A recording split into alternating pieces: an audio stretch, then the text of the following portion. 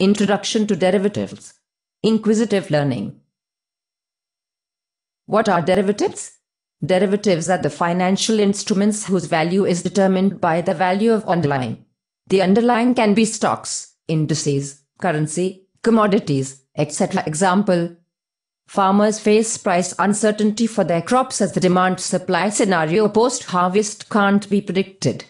So to avoid price risk, they can enter in a contract with a merchant who will agree to buy their produce at a predetermined price on a fixed date in future. This price is dependent on the current price of the crop in the market. This is a type of derivative contract where the price of the contract is determined by the price of the crop. Different types of derivatives. Derivatives can be exchange traded or over-the-counter (OTC). OTC derivatives are customized contracts between two parties. Financial institutions play the role of market makers in this segment. Trades are done over the phone. These transactions have some risk of counterparty default as no one guarantees the settlement of these transactions. Forwards and swaps are type of OTC contracts. Exchange-traded derivatives are standard contracts whose specifications are defined by the exchange.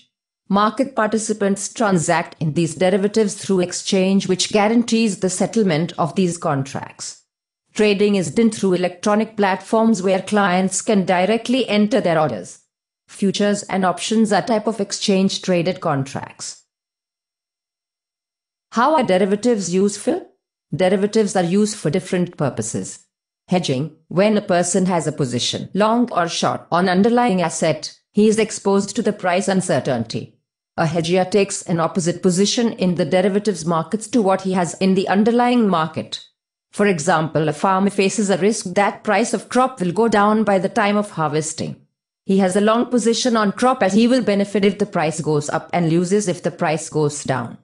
To avoid the losses, he goes short on the crop by entering in a contract with merchant to sell the crop in future at a fixed price. How are derivatives useful? Speculation: trader who has a view on the price movement of an asset class can use derivatives to speculate on the price movement. Derivatives allow traders to take long or short position with a small margin money.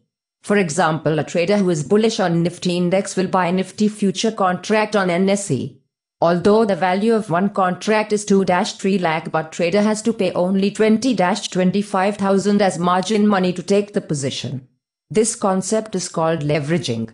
Favorable price movement can lead to big profits, whereas if the asset price moves against the view, it can lead to huge losses also. How are derivatives useful? Arbitrage. This strategy is used to make profit from price inefficiencies in the market. Opposing positions are taken simultaneously on the same underlying in different markets to take advantage of the price difference. For example, if a stock price in the cash market is lower than the futures price of same stock in derivatives market, arbitrage position can be built on the stock by buying stock in the cash market and selling future in the derivatives market. When the price difference corrects, the positions can be squared off to book the profit. This way, derivatives help in efficient price discovery of the underlying. Risks. One of the biggest risks which financial institutions face is that employee who has the mandate to look for arbitrage opportunities may become a speculator. Since leverage involved in derivatives is high, speculation can lead to huge losses. Financial institutions have to constantly monitor the positions of its traders to avert any disaster. Nick Leeson. He was an employee of Barings Bank in the Singapore office in 1995. He had the mandate to look for arbitrage opportunities in Nikkei futures.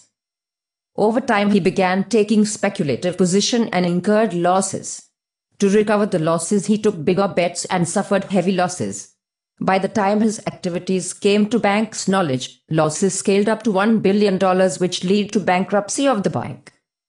Even after developing sophisticated risk monitoring mechanisms, banks suffer due to rogue traders till today.